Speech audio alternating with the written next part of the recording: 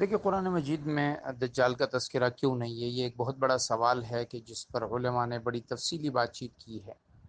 بعض علماء نے اس آیت کو یوم یاتی بعض آیات ربک لا ينفع نفسا ایمانها لم تکن آمنت من قبل او کسبت فی ایمانها خیرا، اس کو دجال کی آمد کی آیات میں سے ذکر کیا ہے۔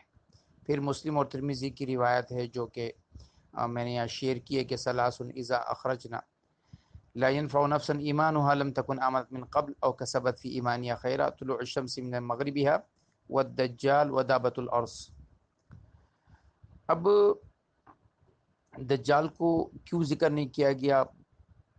بعض علماء فرماتے ہیں کہ عیسیٰ علیہ الصلوۃ والسلام کی نزول کا ذکر ہے تو اس کی ضمن میں دجال بھی آ گیا۔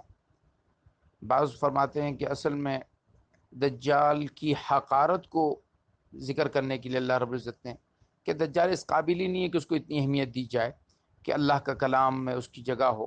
بہرحال یہ مختلف وجوہات علماء نے ذکر کی ہیں، لیکن صحیح احادیث میں دجال کا تذکرہ موجود ہے جو خود اس بات کی دلیل ہے کہ یہ حق اور صحیح عقیدہ ہے اور اس پر ایمان ضروری ہے، اور اس کے قبل آنے سے قبل اس کی تیاری بہت ضروری ہے۔